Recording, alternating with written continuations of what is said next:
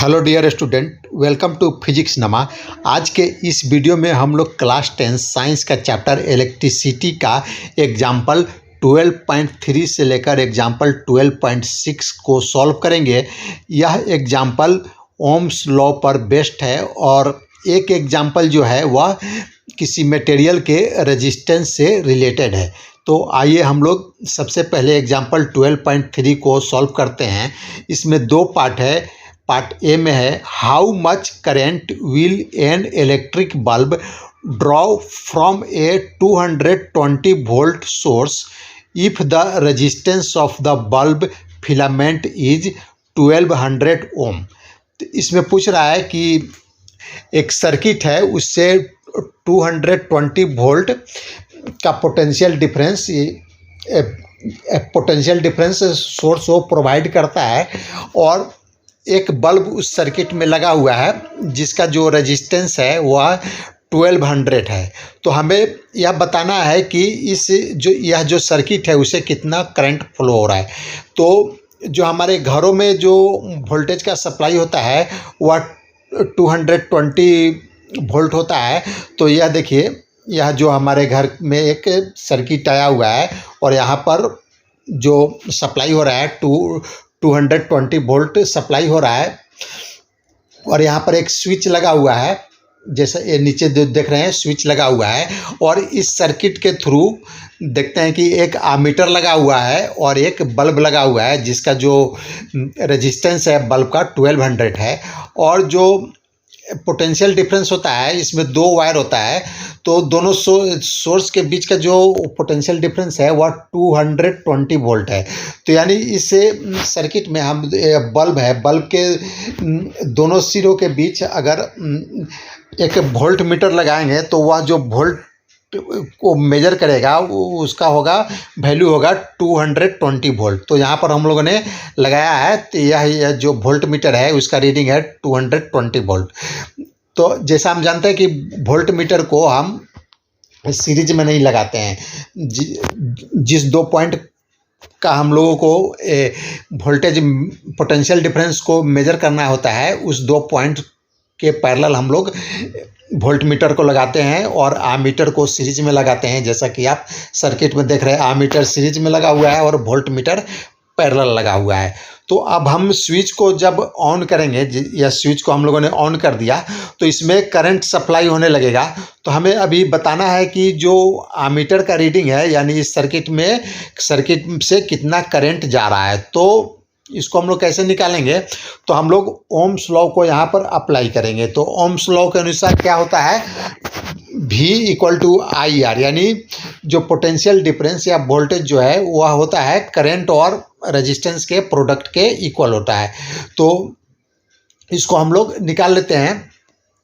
तो I हो जाएगा V/R। ये V = IR से हम लोग I अगर निकालेंगे तो I हो जाएगा V/R, यानी वोल्टेज को रेजिस्टेंस से डिवाइड कर देंगे तो हमें करंट मालूम चल जाएगा।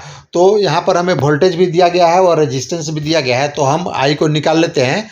तो I हो जाएगा 220 डिवाइडेड बाई 1200। तो इसका जो वैल्यू होगा I का, यह हो जाएगा 0.18 एम्पियर। करंट का यूनिट होता है एम्पियर, तो यह 0.18 एम्पियर हो जाएगा। अब हम सेकेंड पार्ट को देखते हैं।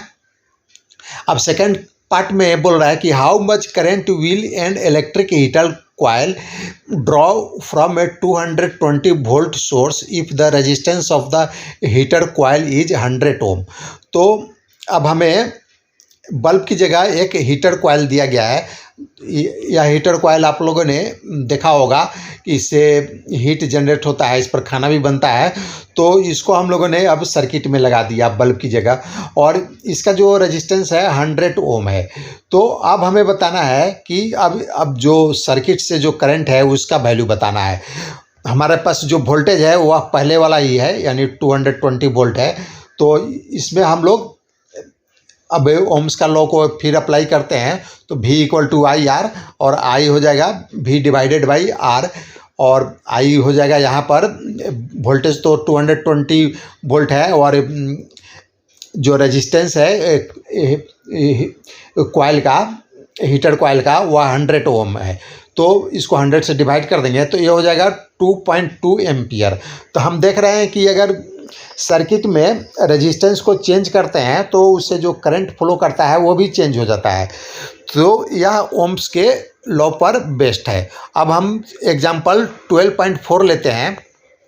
इसमें बोल रहा है the potential difference between the terminal of an electric heater is 60 volt. यहाँ पर एक इलेक्ट्रिक हीटर है और जैसा एक सर्किट में लगाया गया है और इसके टर्मिनल के बीच का जो पोटेंशियल डिफरेंस है वह 60 वोल्ट है। जैसे इस वोल्ट मीटर से हम पोटेंशियल डिफरेंस को मेजर करेंगे या जो कॉइल है हीटिंग कॉइल है उसके दोनों सिरों के बीच में दोनों टर्मिनल के बीच का जो पोटेंशियल डिफरेंस को मेजर करते हैं तो वह 60 वोल्ट है। When it draw a current 4 ampere from the source, और जो सोर्स है उससे यह करंट जो ड्रॉ कर रहा है यानी आमीटर का रीडिंग होगा यहाँ 4 एम्पियर होगा। What current will heater draw if the potential difference is increased to 120 volt. अब बोल रहा है कि जो पोटेंशियल डिफरेंस है 60 वोल्ट से इंक्रीज करके 120 वोल्ट कर दिया जाए तो अब इस जो सर्किट है उससे कितना करंट फ्लो करेगा। तो हम यहाँ पर भी ओम्स के लॉ को अप्लाई करेंगे। पहले हम फर्स्ट पार्ट में हमें दिया गया है वोल्टेज दिया गया है और करंट दिया गया है। तो हम सबसे पहले इसका रेजिस्टेंस निकाल लेंगे। हमें हीटिंग कॉइल का रेजिस्टेंस नहीं मालूम है तो उसको निकाल लेते हैं और सर्किट को ऑन करते हैं। तो जो करंट है यह दिया गया है 4 एम्पियर और ओम्स के लॉ के अनुसार V इक्वल टू IR होता है। तो R हो जाएगा V डिवाइडेड बाई I। तो यहाँ पर हम इसका रेजिस्टेंस निकाल लेते हैं हीटिंग कॉइल का। तो R हो जाएगा R equal to 60 divided by 4। Voltage 60 है और जो करंट है वह 4 एम्पियर है। तो यह हो जाएगा, इसके सॉल्व करेंगे तो जो रेजिस्टेंस आ जाएगा वो 15 ओम आ जाएगा। यानी यह जो हीटिंग कॉइल है इसका जो रेजिस्टेंस है 15 ओम है। तो अब हम इसको 15 ओम को सेकेंड पार्ट में यूज करेंगे। रेजिस्टेंस जो है सेकेंड पार्ट में यूज करेंगे और हमें सेकेंड पार्ट में वोल्टेज उसका दिया गया है तो हमें करंट मालूम करना है। तो देखिए वोल्टेज को इंक्रीज करके 120 वोल्ट कर दिया गया यानी दोनों सिरों टर्मिनल के बीच जो पोटेंशियल डिफरेंस है अब हो गया 120 वोल्ट। अब और जो अब हमें इसका रेजिस्टेंस भी मालूम चल गया 15 ओम रेजिस्टेंस है। अब हम करंट को इजीली निकाल सकते हैं। ओम्स के लॉ को अप्लाई करेंगे तो I equal to V by R हो जाएगा। तो V हमें 120 वोल्ट है और जो R है वह 15 ओम है। तो जिसको सॉल्व करते हैं तो करंट हो जाता है 8 एम्पियर। तो ये 8 एम्पियर करंट हो गया। तो देख रहे हैं कि अगर हम सर्किट में वोल्टेज को चेंज करते हैं तो उसका करंट भी चेंज हो जा रहा है। अब हमें एग्जांपल 12.5 को लेते हैं। इसमें बोल रहा है resistance of metal wire of length 1 metre is 26 ohm at 20 degree centigrade. एक रेजिस्टेंस है, एक मेटल वायर है जिसका रेजिस्टेंस 26 ओम है और उसका लेंथ है 1 मीटर है और टेम्परेचर है 20 डिग्री सेंटीग्रेड। टेम्परेचर यहाँ किस लिए दिया गया है क्योंकि टेम्परेचर के इंक्रीज करेंगे या डिक्रीज करेंगे तो उसका जो रेजिस्टेंस है मेटल का जो रेजिस्टेंस है वह चेंज होता है। इसीलिए हमें टेम्परेचर एक फिक्स टेम्परेचर दिया गया है और उस पर ही हमको या जो भी इसमें जो प्रॉब्लम है उस फिक्स टेम्परेचर पर ही निकालना है। तो if the diameter of the wire is 0.3 mm what will be the resistivity of the metal at that temperature using table 12.2 predict the material of the wire।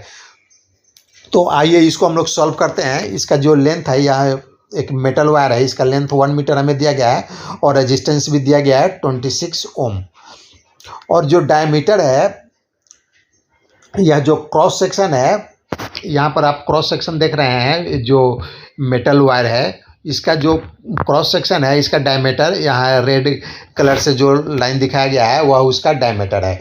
तो डायमीटर इसका दिया गया है 0.3 mm, तो इसको हम लोग मीटर में कन्वर्ट कर देते हैं तो यह हो जाएगा 3 multiply -4 power raise to 10 metre.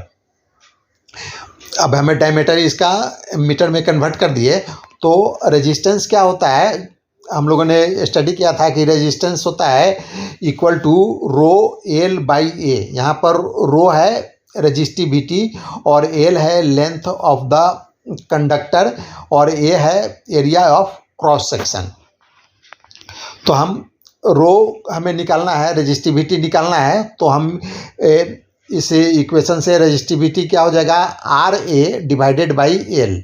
तो आइए हमें आर तो मालूम है लेकिन ए नहीं मालूम है, तो ए निकालने के लिए यह जो क्रॉस सेक्शन है वह सर्कल के शेप में है। तो सर्कल का जो एरिया होता है पाई आर स्क्वायर होता है, तो यहाँ पर हमें इसका डायमीटर दिया गया है तो हम इसे R equal to D by 2 हो जाएगा, तो एरिया हो जाएगा pi D square by 2 square और एरिया हो जाएगा पाई डी स्क्वायर बाई 4।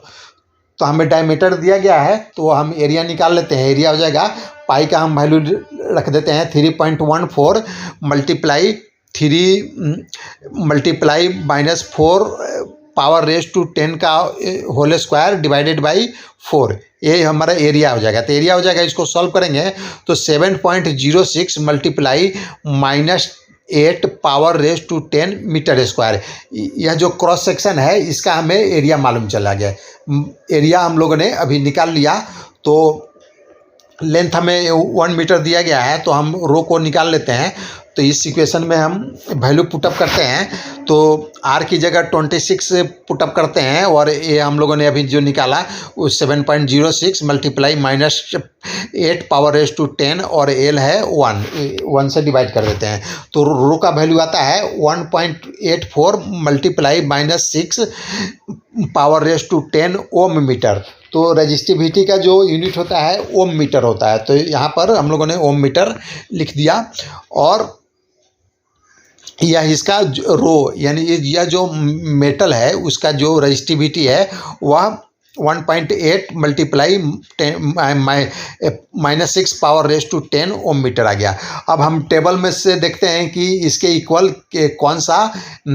कौन सा मेटल है। तो यहाँ पर देखिए मैग्नीज का जो वैल्यू दिया गया है, मैग्नीज का जो रेजिस्टिविटी दिया गया है 1.84 मल्टीप्लाई -6 पावर रेज टू 10 है। तो यानी जो यह जो मेटल है वह किसका रहेगा, मैग्नीज का रहेगा। अब हम एग्जांपल 12.6 को लेते हैं। A wire of given material having length L and area of cross section A has a resistance of 4 ohm. इसमें एक दिया गया है, वायर दिया गया है जिसका लेंथ है एल है और इसका एरिया ऑफ क्रॉस सेक्शन ए है और इसका रेजिस्टेंस है 4 ओम है। What would be the resistance of another wire of the same material having length L by 2 and area of cross section 2a। तो अब हमें एक दूसरा जो मटेरियल है उसका हमें रेजिस्टेंस निकालना है। अब उसका जो लेंथ होगा एल बाई 2 हो जाएगा। पहले वाला जो लेंथ था उसका हाफ हो जाएगा और क्रॉस सेक्शन एरिया डबल हो जाएगा, यानी पहले वाले से डबल हो जाएगा यानी 2a हो जाएगा। तो आइए इसको हम लोग देखते हैं। इसका लेंथ है एल है और इसका जो रेजिस्टेंस मान लेते हैं R1 है, यह हमें क्वेश्चन में दिया गया है 4 ओम है और इसका एरिया ऑफ क्रॉस सेक्शन दिया गया है ए है। तो ये जो वायर है इसका जो एरिया ऑफ क्रॉस सेक्शन किसको बोलते हैं, जो सर्कल दिख रहा है मेटल का येलो कलर का, उसको हम लोग एरिया ऑफ क्रॉस सेक्शन बोलेंगे। तो इसका जो एरिया है वह हमें क्वेश्चन में दिया गया ए है। तो R1 क्या होता है, हम लोगों ने रेजिस्टेंस के बारे में पढ़ा था। रेजिस्टेंस इक्वल होता है रो एल बाई ए। यहाँ पर रो है रेजिस्टिविटी और एल लेंथ है और ए है एरिया ऑफ क्रॉस सेक्शन और इसका वैल्यू हमें 4 ओम दिया गया है। तो 4 ओम इक्वल हो जाएगा रो एल बाई ए। यह हमें फर्स्ट क्वेश्चन के फर्स्ट पार्ट से यह हम लोगों ने निकाल लिया। अब हम जो सेकेंड पार्ट में दिया गया है, एक दूसरा जो कंडक्टर है सेम मटेरियल का कंडक्टर है, इसका क्रॉस सेक्शन एरिया 2a है और जो लेंथ है हाफ कर दिया गया है, L/2 है। अब हम भी इसका रेजिस्टेंस निकालते हैं सेम फार्मूला से। तो रो L/A की जगह L की जगह L/2 हो जाएगा और A की जगह 2A हो जाएगा, क्योंकि इसका क्रॉस सेक्शन एरिया 2A है। तो अब हम इसको सॉल्व करते हैं। फर्दर सॉल्व करने के बाद R2 हो जाएगा रो L 4A, L/4A। तो इसको हम इस तरह भी लिख सकते हैं, R2 = 1/4 रो LA। और रो LA का जो वैल्यू है हम लोगों ने अभी निकाला, यह है रो L/A का वैल्यू 4 ओम आया है। तो रो LA की जगह हम लोग पुटअप कर सकते हैं 4, तो R2 हो जाएगा 1/4 और रो L/A की जगह 4 पुटअप कर देंगे तो इसको हम लोग 4 कैंसिल हो जाएगा। यहाँ देखिए 1/4 × 4, तो ये हो जाएगा 1 ओम।